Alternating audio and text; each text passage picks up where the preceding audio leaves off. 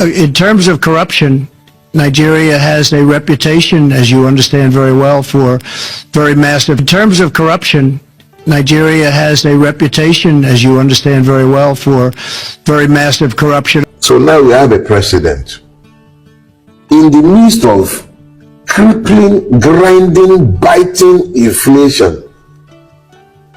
The president and the National Assembly voted 21 billion to renovate, renovate the vice president's house. 70 billion naira was voted to the National Assembly members to buy SUVs, as 260 million naira for each one for senators and House of Reps members. 4 billion naira was voted to renovate Dodan Barrack.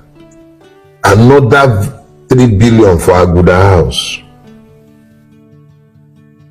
5 billion was given to the Presidential Task Force, a tax reform committee, less than 20 members.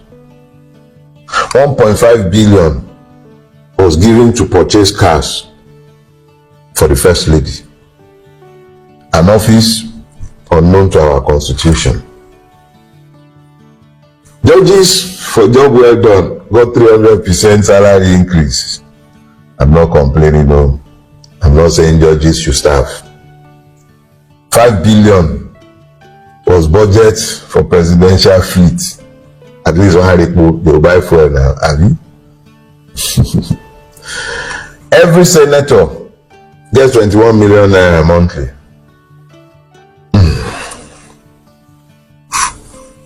No, don't worry, I didn't forget the reps, 13.5. This government voted it.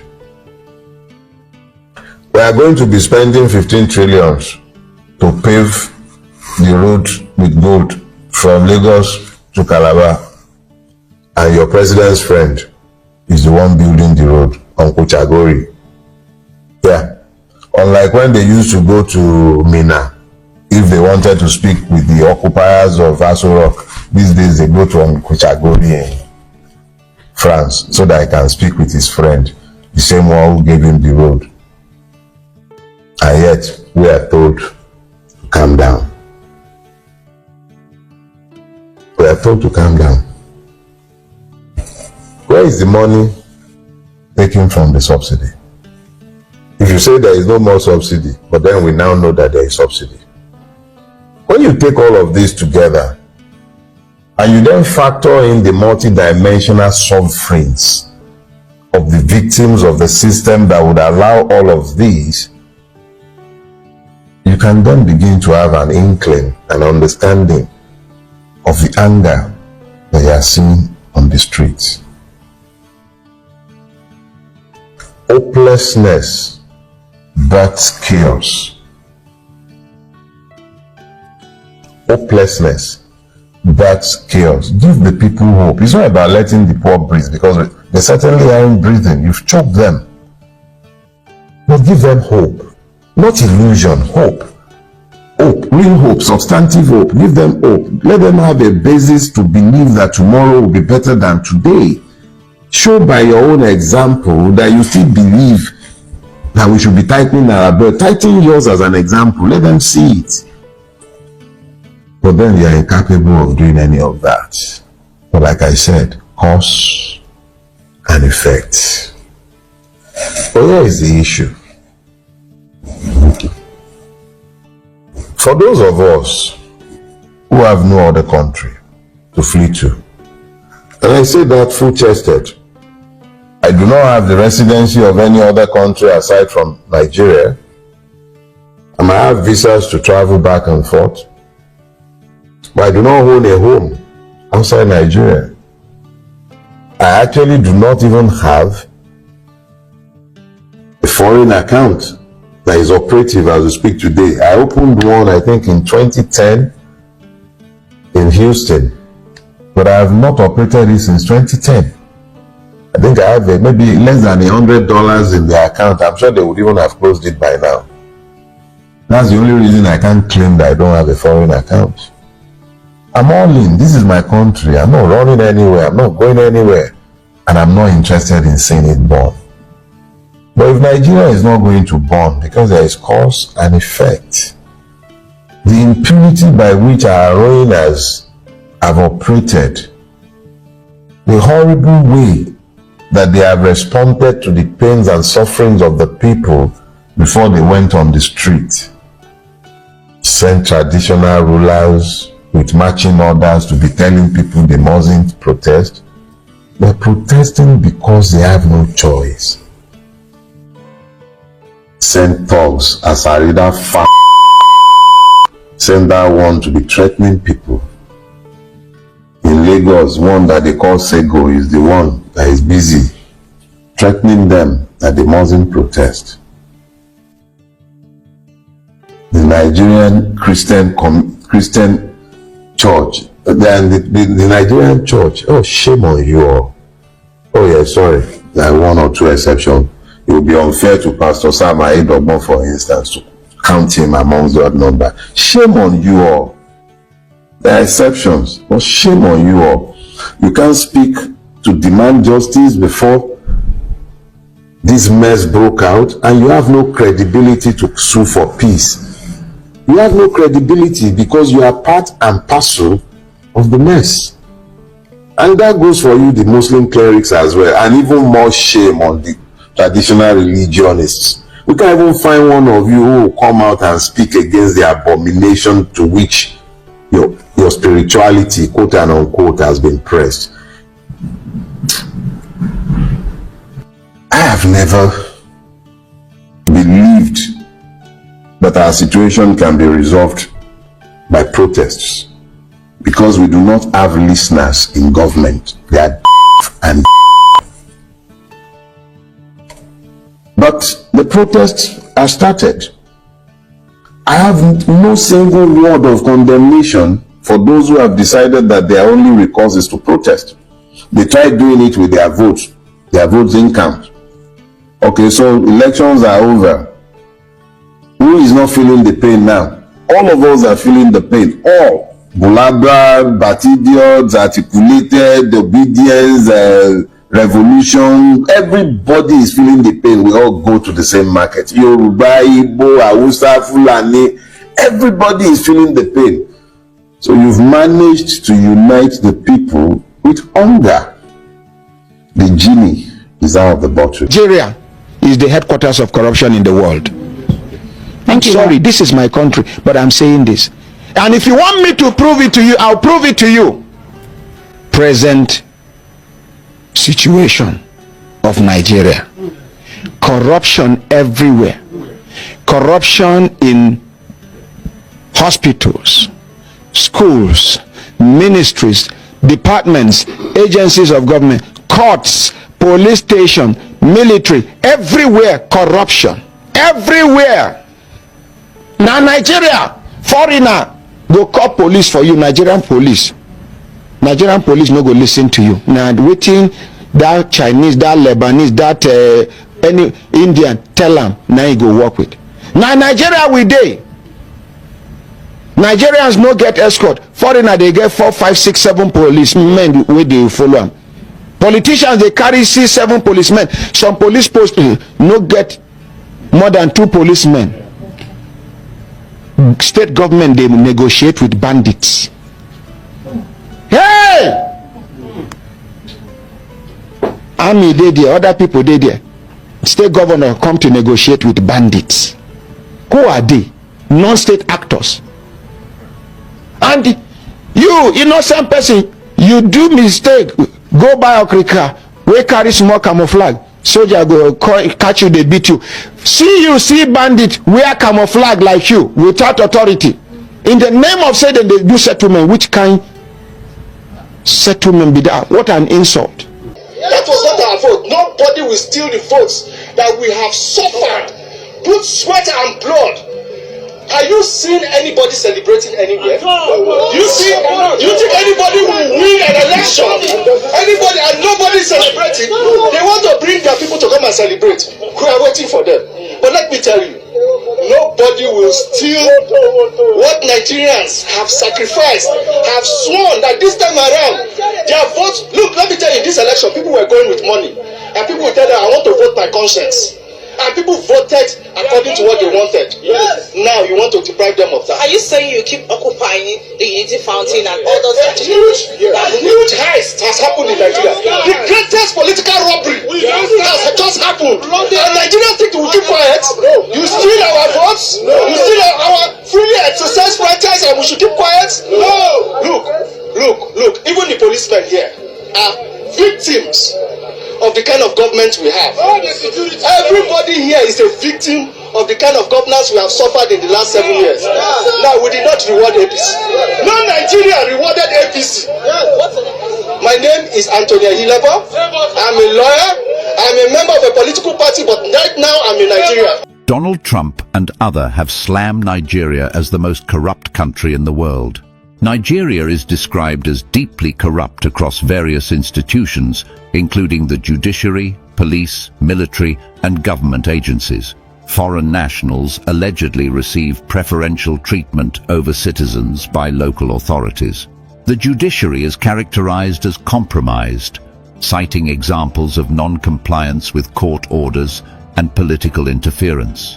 It's necessary to emphasize that the role of the judiciary is critical to the integrity of any nation.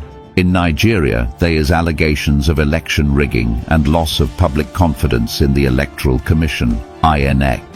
The 2023 general election is cited as an example of perceived large-scale electoral malpractice. Let me take you on a journey, a tale about a land brimming with potential, yet ensnared by the chains of corruption. It's a story that's not just about statistics or headlines, it's about the heartbeat of a nation, the cries of its people, and the uneasy silence of those in power. This is the story of Nigeria, a nation often described as the giant of Africa, but recently labeled as the most corrupt country in the world by voices as loud as Donald Trump. Imagine a country so endowed with resources and talent that it could be a beacon of hope, not just for Africa, but the world. Yet this land's story is marred by tales of corruption in its judiciary, military, police, and almost every layer of government. Donald Trump, known for his bluntness, recently joined the growing chorus, calling Nigeria massively corrupt. As I reflect on this, I wonder, how did we get here? How does a nation with so much promise fall into such disrepair? To understand, we must look at the foundation of governance, law and order. The judiciary, a system meant to uphold justice, has reportedly become a tool for political manipulation. Picture this. A court issues an order. As Trump, saying this. It is no news again. News is a French information. That's why it is called news. News, nicety. That's the meaning of nicety. Yeah, N-I-Z-E-T-Y.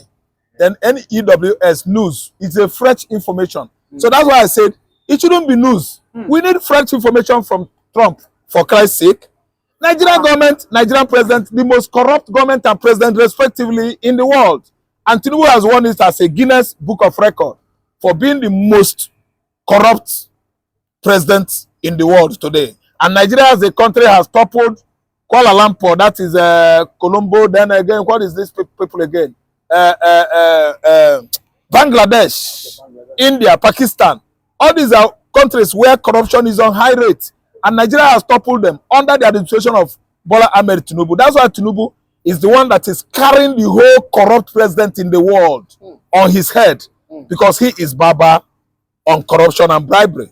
So what Trump is needed to do now is at least come into the most troubled, countries of the world, especially on the African continent, correct the anomalies. The leaders over there are busy buying Toyota SUV, $400,000, thousands of pieces of SUV costing about billions of dollars, while Africa continent is underdeveloped. The most underdeveloped part of the world is Africa. If you want to know what I'm talking about, visit Nigeria. If you visit Nigeria, I want you to know that you should not visit southern Nigeria. Pay for air tickets. Visit Kano State, Sokoto State, Kaduna State, Katsina, Yobe, Adamawa State. Visit Borno State. You will see where students are reading under mango tree. Mango tree is the facility, the school, the classroom. Mango tree. With thatched house made of bamboo and the palm frond. That is the school we are talking about. Dilapidated facilities in the north are schools. Not Almajiri schools built by Jonathan. Let me tell you, Trump should be talking about sending a committee that will come to Nigeria and sensitize Tinubu administration components, all the government departments ranging from lower house to the higher house, upper chamber of House of Legislative, even the ministries and the judiciary and all the agencies, federal agencies, on how to manage modern machinery called government. Because they don't know the definition of government. They think that government is Tinubu, Chetima, Wike, Ngige, Dave Umahi. They said this is government. Alayo, government is the modern machinery bringing together a particular people of an entity called country. The future of government, everybody is government. We are among the government. I'm telling you, you are part of the government. If you are not here, government cannot be here. So we are all government. It's a particular people that are taking decision in the context of modern machinery of how to run a country, a setup called country, nationhood. That's the division of government. So Trump should come here and correct this anomaly now before Nigeria catch fire, because Tinubu administration is busy baggaging, I mean packaging, using Ghana must go, baggage as in bags, traveling bags, baggaging our money, dollars, pounds, hard currency, buying yacht, buying Toyota SUV for himself and his what? Federal agents, all the Asorock assistants, aides, they are all in money. While Nigerian people are suffering from hunger, bad governance, food drought, economic excruciating pain, Nigerians are reverting in all these pains. While Tinubu is busy traveling to France, building houses for his wife, buying yachts for his son. Trump should look beyond that. Trump should know that Nigerians are suffering. It does not matter. Those people that are in America, they come for what? Green pasture. To live a better life. Not to die or to oppress America. If Trump arrests criminals and they happen to be Nigerians, I will support him to deport them. But when my brothers, the Igbos, the Yorubas, the Chekri, the Bibios and the Rebels are suffering in America, Trump is now planning to bring them down to this depression-stricken country called Nigeria. Trump is sending those Nigerians into Gallo or hellfire. Because when they come here, they will all be depressed. And you know what happens to a depressed man? Depressed man is either he commits suicide or he sleeps and sleep forever. So the best thing now is to at least implement those hard policies on African continent by subjugating the presidents across Africa continent. The head of governments, they are the one that should be held responsible by Americans. After all, most of them commit drug-related offenses in America. Trump should come to them one by one. All the African countries, if they found any head of the government culpable in the past in the United States, Trump should come after such president, send FBI and CIA, using the office of OGA, Office of Global Access. Yes, to arrest all of them. We're in support of you. But tormenting Nigerian citizens, Ghana citizens, Igbos, Hausas, Yorubas, Urobos that are suffering in America, I don't support it. Nigerian government officials, public office holders, they are the ones that should be held responsible by Trump administration. Trump should what? Make a bill law in America against issuing visas to Nigerian public office holders, starting from Mr. President Bola Ahmed Tinubu down to councillor, all the governors, all the commissioners, all the ministers. It's possible. America can do that because they are the one that have spoiled Africa as it is applicable in Nigeria. So must it be in Kenya as well, Cameroon, Gabon, all the countries on this continent, their heads of government are corrupt. They are looters. Trump should start from the heads of governments of countries on the continent of Africa. Okay, so, and at the same time, we've seen in the southeast, we've seen the Igbo youth angry as regards. They said the northern people there in the southeast are calling for Sultan of Sokoto to establish, the Sharia law in the southeast. But they said the police, whenever they go to the police station and the courts in the southeast, that it doesn't favor them. There's high time the Sultan of Sokoto look into establishing the Sharia court and police station and police force in the southeast. Do you agree with this? How could I agree with this? A man that worships Allah in Sokoto State is entitled to his religion. He couldn't look, beyond Sokoto and his domain as a sultana. A sultana is for Sokoto and Sokoto environ. Okay. Oba of Oyo State, that's Olubadan of Ibadan, Oni of Ife. They are answerable to both Osun State and Oyo State and their domains, environ. They have never in any history, there was never in any history whereby Oba, a paramount Oba in Yoruba land, extended his royal law, rules and regulation from southwest to Sokoto State or Kaduna State. And they enact such instruction or law or order and the regulation in the north to be what? Operational. See, Fulani has gone a long way to come for the recolonization of Africa. But we know that there are tribes that are very, very strong.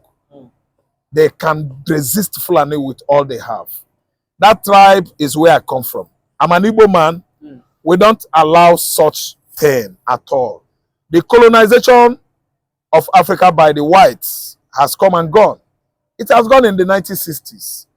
And we actually work hard presently in this .com age era to make sure that Britain, the British, France, the French, Belgium, the Belgian, Spain, the Spanish, the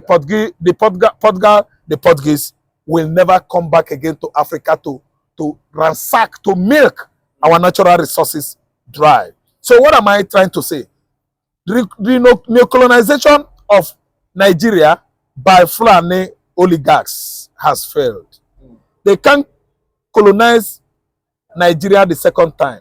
The first colonization has come and gone by the British, by the Spanish, by the Belgians. They have come and gone. But what Fulani is trying to do now is neocolonization of Nigerian regions, all the tribes in Nigeria, by coming up with Ottoman Danfodio agenda of Islamization that happened in 18th century. This is the job that was half done, and Sultan of Sokoto is trying to fulfill it. Nigerian tribes, everybody should rise up, wake up from your slumber, especially Yoruba nation. They are too susceptible, prone to be deceived by Fulani, and actually they are following Fulani nike. Fulani nike. Wherever Fulani goes, Yoruba man will go there, which was why in 1999 Atiku, the Fulani man, baptized Obasanjo. Yes, 2007 and so on and so forth. After Yaradua, Nama the Sambo baptized Jonathan. Good luck, Jonathan. Yes, something applicable to Obasanjo. No, I have spoken Obasanjo. Something applicable to the current administration. It is the same Fulani them because it is in the north, Chetima. All of them. Yoruba, I know. Yoruba baptized Fulani man because they work hand in hand. That's why you see Buhari. Buhari has not seen any other tribe in the southern Nigeria. It's only Yoruba. Yoruba man baptized Fulani, and they actually milked Nigeria dry. What I'm saying now is that if not that Yoruba stoop so low and at least buy into Islam, they wouldn't have been Muslim here. You don't say Igbo man is Muslim. If Igbo man is 9 million, 900 million, 500,000 are not Muslims. So is that why you say Igbos are Muslim? 500,000 out of 900 million. It is nothing. So what I'm trying to say is that Yoruba is too docile, complacent, and naive. They can follow all the time. It has become part of them. That's why they yielded, succumbed to Islam in 18th centuries, and now it's playing out. Because Sharia has come everywhere in Nigeria, in the southern Nigeria, predominantly in southwest. They dare not go to southeast. Anybody that is planning that is questing for his own early grave. British man tried and tried for 60 years. He could not succeed. They only use Christianity to manipulate, infiltrate, and enter the Igbos. Today, dirty Fulani agenda of Islamization could not even do more. We have the Fulanis and their religion Islam under our foot. None of us could sheepishly succumb to this kind of cheap intimidation. Okay, thank you very much.